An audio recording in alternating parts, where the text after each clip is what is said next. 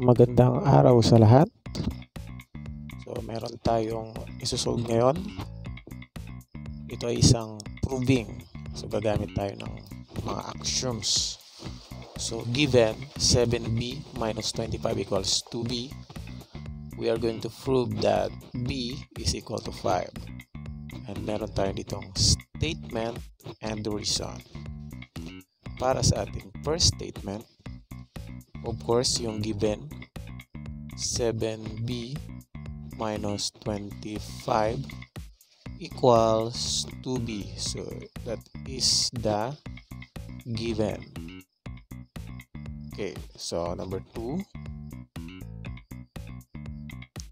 So, kailangan nating ilipat yung 2b.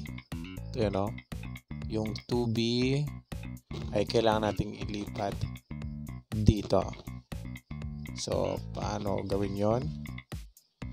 So, gagamit tayo ng tawag dito, addition axiom. So, pag sinabing addition axiom, lagyan natin dito ay 7b. Ito, magkakaroon tayo ng plus negative 2b. And then, copy negative 25. Wala, di kasya. And of course, and then equals 2b plus negative 2b. Hindi wala magkasya, no? Yan, sa tawag yun ay the addition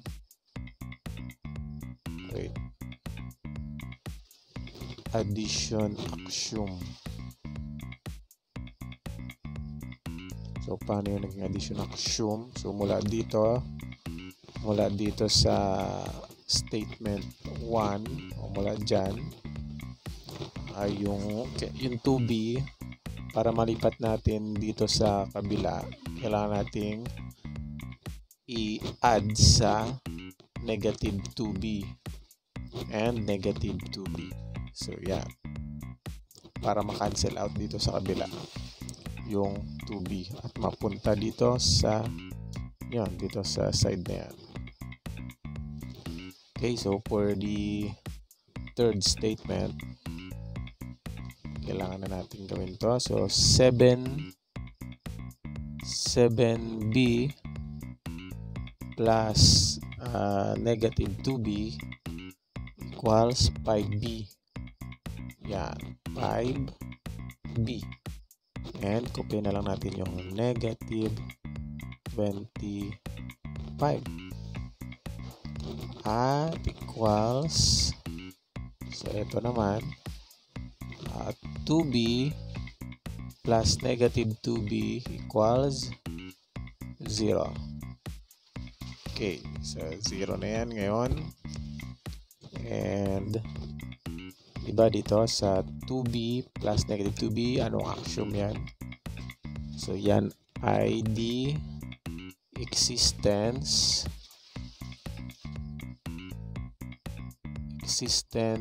of additive inverse. Additive, wait lang, spelling.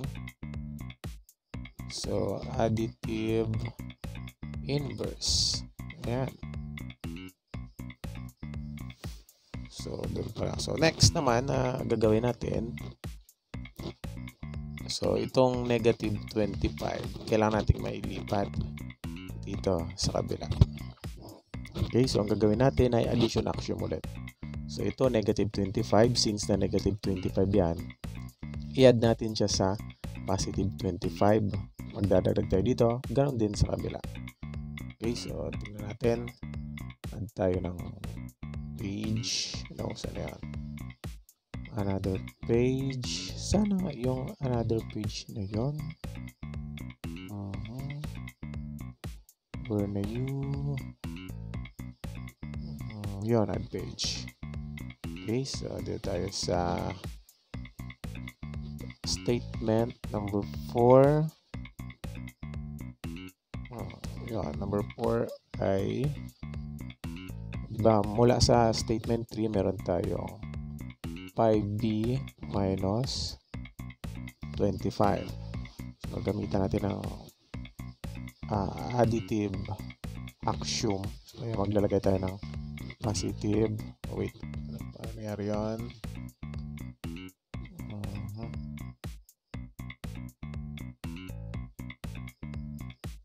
Positive 25. At yung 0 kanina, dagdagan din natin ng positive 25. So, ang reason natin dyan ay addition axiom.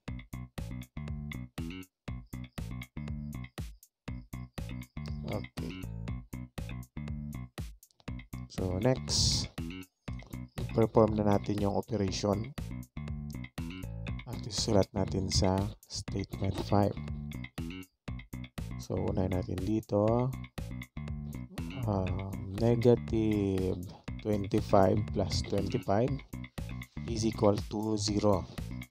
So, since na 0 na yan, huwag na natin isulat. So, bring down na lang natin yung 5b. So, anong axiom yung negative 25 plus 25? So, yan ay nasa existence of additive inverse. Okay, additive inverse. And dito naman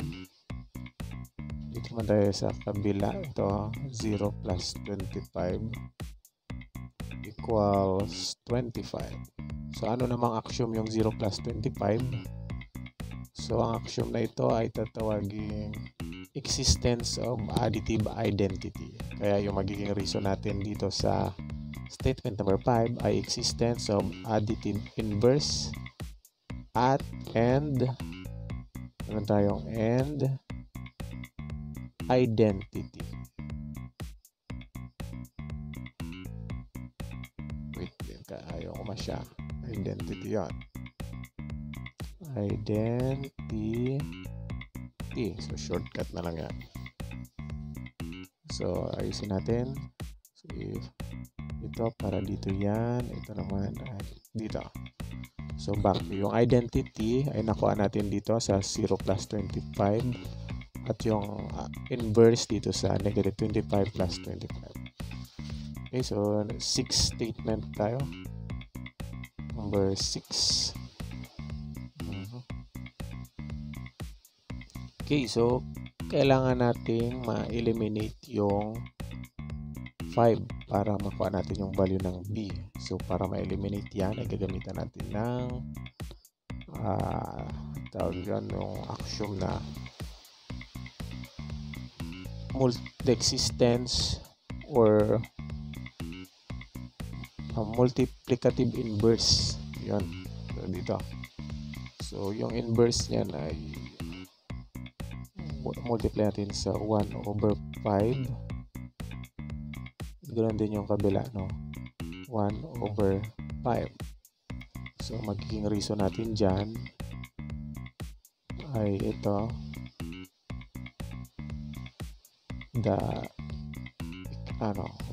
Multiplicative axiom or multiplication axiom pala. Yan. So, multiplication axiom. Okay. And then, perform natin. So, 5 times 1 equals 5 divided by 5 is 1. So, therefore, ang naiwan ay B. And then, dito tayo, 25 times 1 equals 25 divided by 5 equals 5. So, therefore, na-prove na natin na B is equal to 5.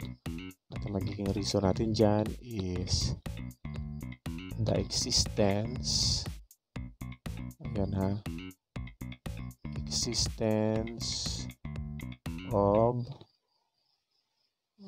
multiplicative inverse. So, magulo. Huwag na natin isulat. Basta multiplicative inverse. Yan. So, balikan natin. So, ito yung page 1 kanina, di ba? Na-prove na natin na so, ang B is equal to 5. So, unang ginawa natin. So, given muna yan. Given. And then next, nagkaroon tayo ng addition axiom. Yung 2B kasi, kailangan natin mailipat doon sa other side. Kaya, in-add natin siya sa negative 2B. So, dito sa kabila, nagdagdag tayo ng negative 2B. At dito din, negative 2B din. And then after that, ay sinob natin, 7B plus negative 2B ay naging 5B na lamang. At ang 2B plus negative 2B is 0. So, yun yung, ang reason doon is the existence of additive inverse. Okay, and then sa next page tayo. And ayan na. So, ito na yung sagot kanina. 0 plus 25. So, dinagdagan natin yung 25 yung positive 25 kasi nga para ma-eliminate natin yung 25 dito.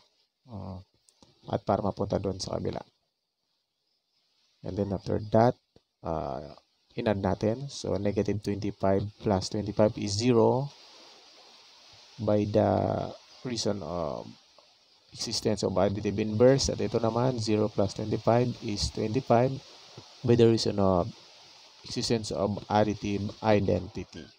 So, and then, para ma-eliminate ito, magkakaroon tayo ng multiplication axiom. So, dinagdagan natin ng 1 over 5. And then, ayun na. Minultiply na natin. So, nakuha natin yung B equals 5 by the existence of multiplicative inverse.